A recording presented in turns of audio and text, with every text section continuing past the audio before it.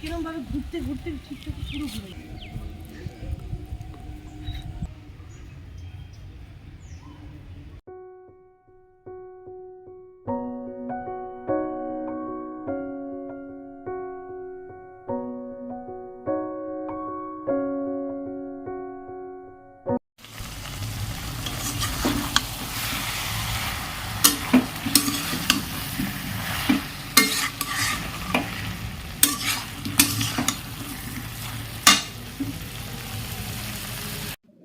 Hello friends, welcome back to the channel. আশা করি তোমরা সবাই খুব ভালো আছো। আমরাও খুব ভালো আছি।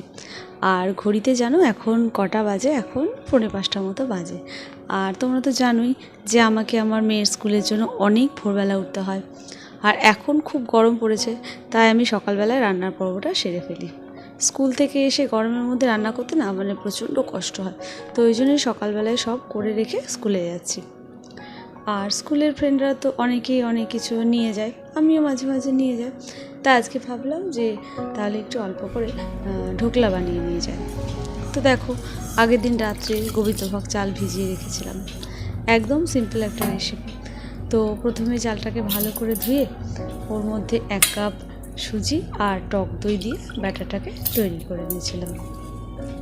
তো এটা তৈরি করার পর চাটনিটাও বানিয়ে নিয়েছিলাম, কেননা ঢোকলা চাটনি ছাড়া একটুও ভালো লাগে না।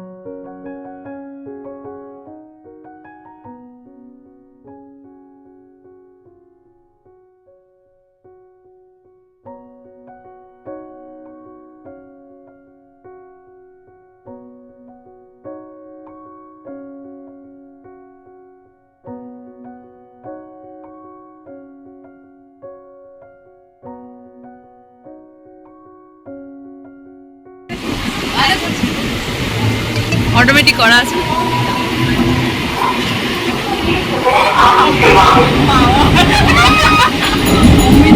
দেখো আমাদের কাছে এটাই কত খুশি বলো তো দেখো, স্কুলে গিয়ে গল্প করতে করতে হঠাৎ করে আমাদের ঠিক হলো যে চলো একদিন শ্যামনগরে ঘুরে আসি। তো উঠলো বাই তো কটক যায়। তো অনিতা বলল একদিন কেন, আজকেই চলো, হাতে অনেকটাই টাইম আছে। মানে আমরা ভাবছি যে যাব কি যাব না, কিন্তু দেখো আবার 8:15 ঠিক করলাম, ডিসিশন নিলাম যে আমরা যাব। আবার 8:35 ট্রেনে বেরিয়ে পড়লাম। তো দেখো তাড়াতাড়ি করে অনু গিয়ে টিকিটটা কেটেছিল। তো তারপর আমরা দেখো চলেও এসেছি শ্যামনগরে।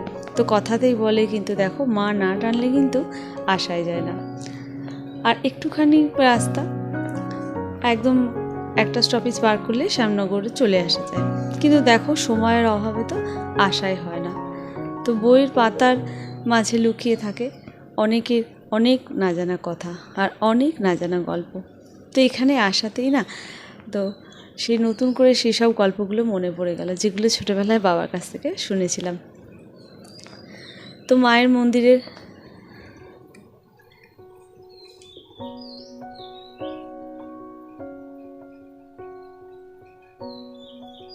তো দেখো অনেক সকাল সকালই আমরা যেহেতু এসেছি, এখানে কিন্তু সারা বছরই তা প্রায় ভিড় বেশ ভালোই থাকে, কিন্তু আমরা একটু যেহেতু সকালে এসেছি, দেখো সব দোকানপাট এখনও খোলেনি। আর এখানেই মায়ের মন্দিরে যেতেই তো চারপাশেই তো সবই পূজার সামগ্রীর সব দোকান।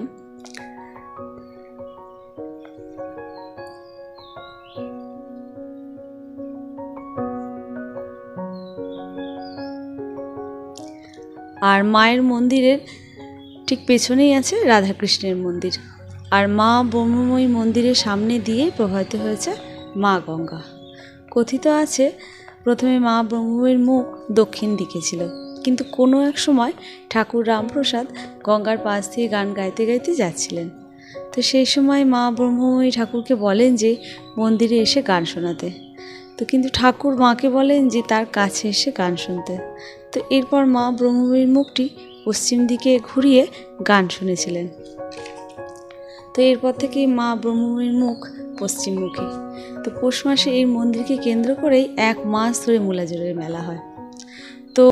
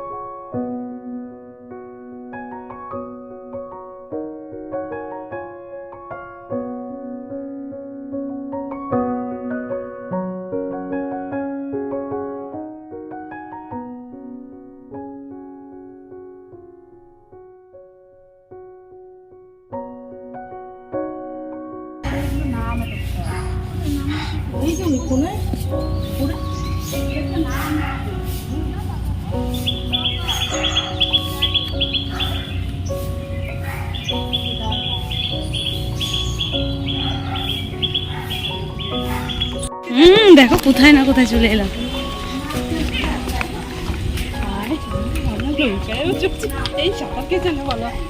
আমি জানি না, আমি পারি না। এই সাইডটা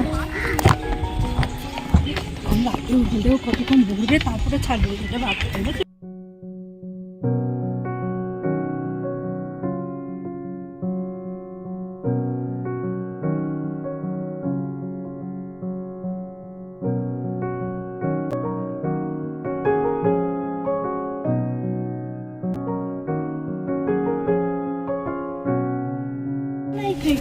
আমরা যখন আমি দিদিদের সাথে এসেছি তখন অনুষ্ঠান চলছে। আরে এটা অন্য অনুষ্ঠান, বিয়ে বাড়ি হয়। বাড়ি আছে না এখানে? ভিলা ভিলা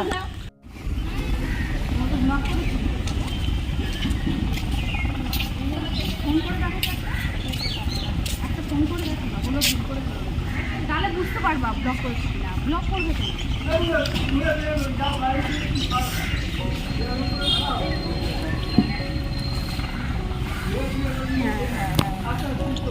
হ্যাঁ হ্যাঁ হ্যাঁ